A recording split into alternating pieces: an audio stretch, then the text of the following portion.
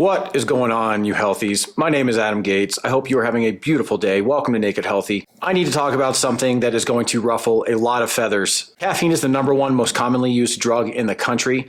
Most of us are using it more than one time a day. We're waking up and doing it first thing in the morning. So there's a few things that I want to talk about that. And if you wait till the end of the video, I'm going to show you how scary this is when we are getting to-go coffee. So make sure that you wait around to the end of the video for that. So how many of you wake up and first thing you do is you stumble with your eyes closed to your coffee machine and you get that thing going? Most of us are consuming caffeine before we are even drinking water. That is not a good sign.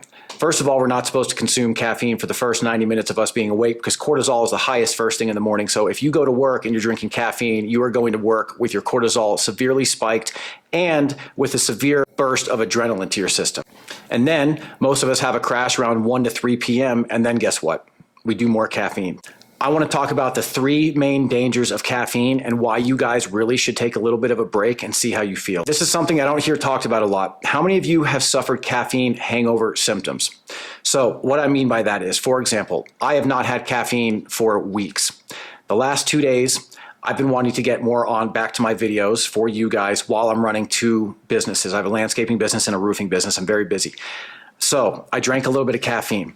Yesterday, I woke up a little bit tired. Today, before my eyes were even open, I was exhausted. I knew I felt tired. It was absolutely a caffeine hangover. I've been talking about this for a few months now, and I haven't really heard that many people talk about this or call it this, and I think this is something that needs to be a little bit more common. So this is the reason that you have that. There's a molecule called adenosine.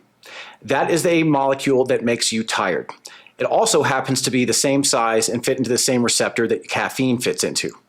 So what happens is caffeine will move into and block the receptors for the adenosine. The adenosine's trying to come in, but it can't because the caffeine's already there. And then what happens is throughout the day, as the caffeine fades away and fades away and fades away, you get this big rush of adenosine. So it's kind of like if you were watching a football game and the offensive line is just kicking ass, kicking ass, kicking ass, and they're just doing great and doing great. And then all of a sudden, the offensive line starts getting really, really tired. And that's the caffeine that's wearing off. And the adenosine is the defensive line. So as the day progresses, the adenosine, the defensive line, gets stronger and stronger and stronger. So whereas you were able to just score all these goals because the caffeine was helping you keep going and keep going, now you're met with resistance halfway through the day. And the adenosine is getting stronger and stronger and stronger, and your caffeine is wearing off and wearing off and wearing off, and you are getting more tired.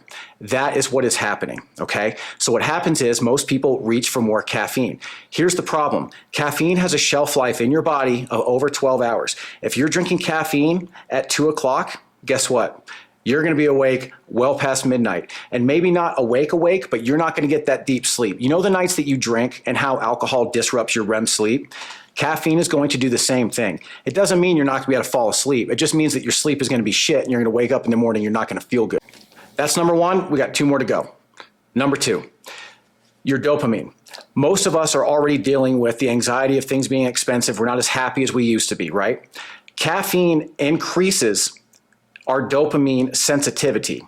So it's going to make things that we are normally doing feel better, right? It's very similar to when I did cocaine. It just makes everything better, right? You're just like, it's great, but you need to do more and do more and do more, and then what happens? There's a burnout to that. So what the caffeine is going to do is no matter what you do, if you go to work, have you noticed if you're sitting in a meeting and you're drinking coffee first thing in the morning, the meeting's not as bad.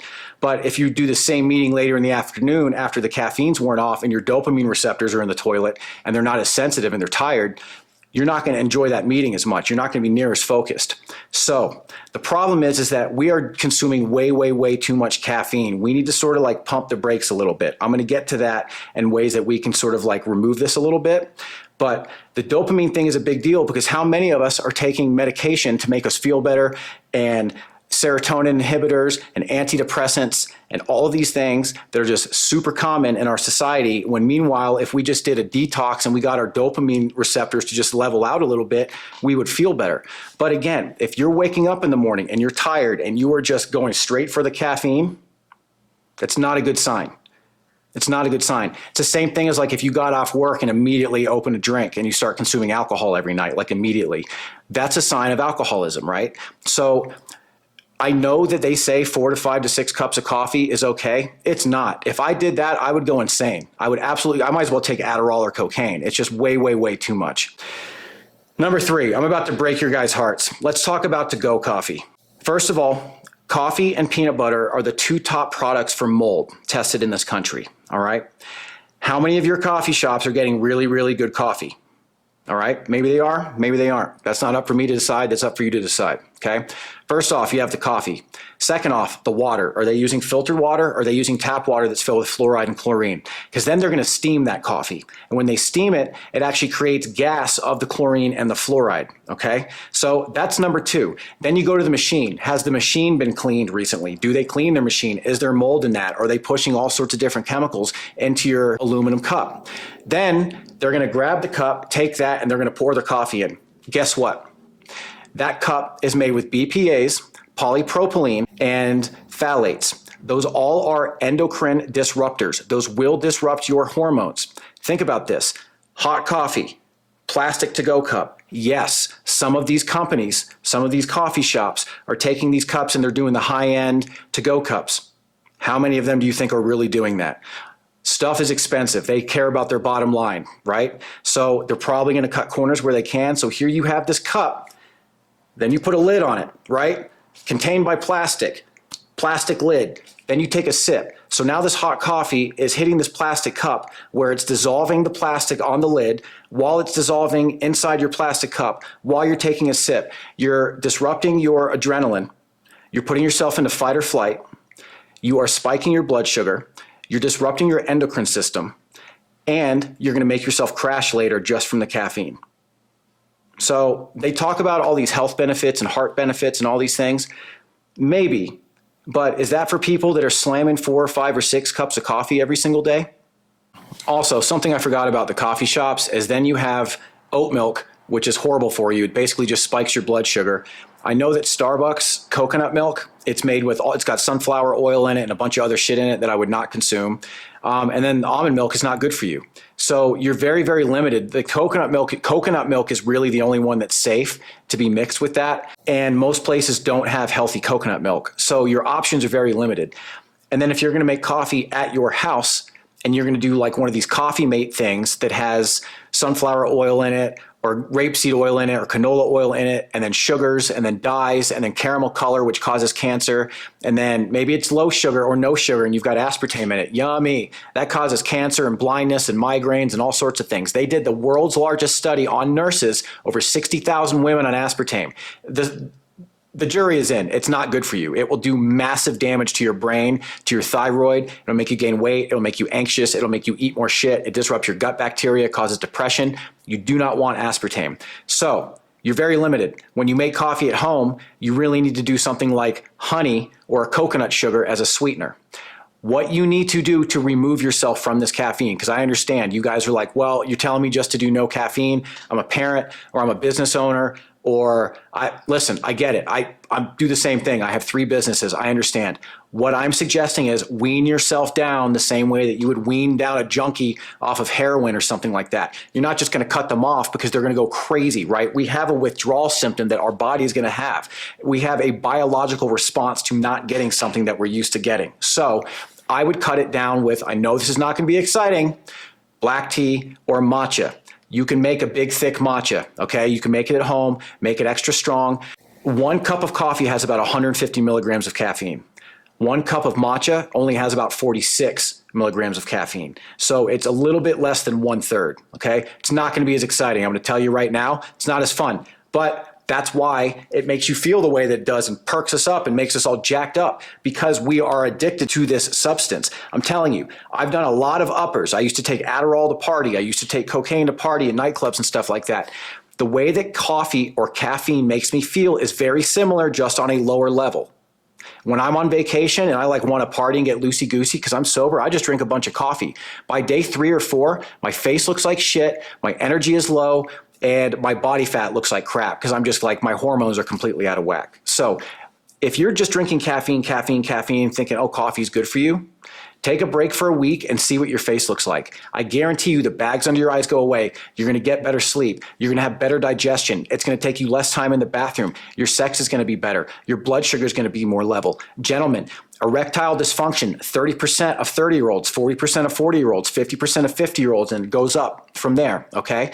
If your arteries are clogged, and you have all this coffee creamer and stuff, and you're not eating enough food, and then you're starving, and then you're binging on food, because the caffeine will put a cover on your appetite, right? It's going to like put a tarp over the bird cage. It's going to quiet your appetite. And then as that caffeine wears off, you're going to be starving. What's going to happen? You're going to just reach for whatever's there. That is going to clog up. It's like throwing cotton balls into a drain. It's going to clog it up. And how do you think your manhood's going to work? Not well. Okay. So I'm going to go ahead and leave it there, guys. Try your best to go a week without coffee. Ladies and gentlemen, I hate to interrupt this very important broadcast on caffeine, but today's sponsor is crystals. Today's crystal spotlight is epidote. So epidote is a crystal that was discovered in Angola, Turkey, only in 2022. So less than 2 years ago, this was found. It is also known on the streets as forest quartz. So one of the properties of epidote is that anything that you are working on, it is going to help expand that. Are you trying to become a musician? Are you trying to become an artist? Are you trying to become healthier? If you surround yourself with epidote, it will help you with that. I can tell you personally, last year when I bought about 8 pounds of this stuff at the Denver Gem Show and I brought it home, I was trying to start this very YouTube channel. Once I got this stuff in my house, it absolutely took off. It is no coincidence that September was the month that I bought all this stuff. September was the month that I started getting all of my books and everything written and my YouTube channel launched. So, ladies and gentlemen, if you have any questions about epidote or you would like to hear any more about epidote, please let me know.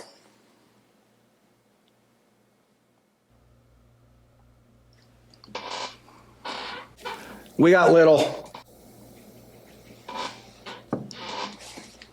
Thanks.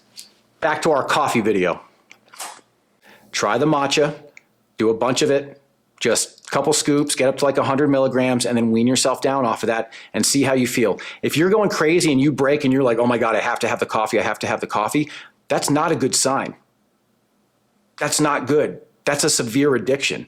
So you got to pull yourself from that. I'm telling you, it's pre-aging you. When I want to get back into modeling and I have photo shoots, I stop drinking caffeine. And I make sure that I don't do any sugar or any of that bullshit, which I already don't do. But caffeine's a big one for me because I don't do sugar or alcohol anymore.